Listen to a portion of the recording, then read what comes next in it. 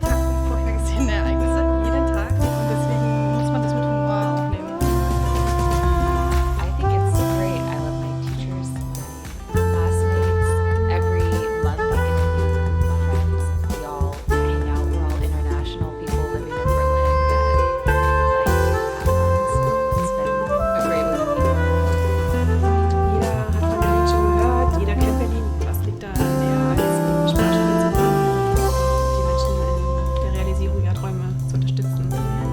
I moved to Berlin to be with my girlfriend who's from Germany. I don't speak any of the language, so now I'm studying the language to be able to communicate better with her. I want to understand if I stand by the German people, they talking the German jokes, and they laugh together, and I don't know what should I do. I think studying German does improve many aspects of your life. Being able to say it's a distance all the time, it's very small little things, but they can go much further.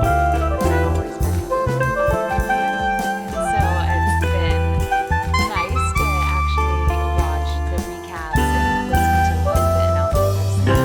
Das Hauptprodukt ist unser Intensivkurs, 4 Wochen lang von A1 bis C2. Darüber hinaus bieten wir noch Spezialkurse an, Vertiefungskurse wie Grammatik, Konversation und Aussprache, einfach weil Schüler aus verschiedenen Berufen einfach Probleme haben.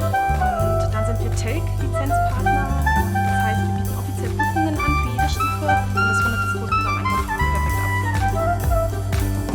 Step by steps, day after day, and after every single lessons, I can talk with my customers at the bar. My parents came and my dad got sick and we had to go to the doctors and I had to speak only when I could speak.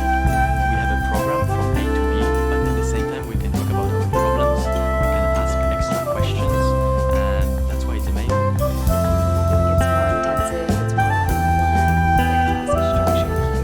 At the Alexanderplatz, there's Eishof and Bahnhof, so it's quite convenient. From anywhere I can go there in a short time. Wir bieten auch Unterkünfte an, stellen das ist sehr beliebt und bei Behörden und Gängen und beim Visum.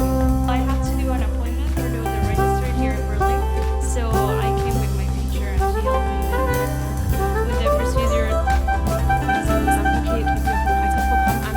Das heißt, Schüler, die ganz allein nach Berlin kommen, noch niemanden kennen, die finden dann Freunde, die durch unsere Stadt. Watch my YouTube channel Learn German today. Thank you for watching my video. Please like, share and subscribe my channel Learn German today.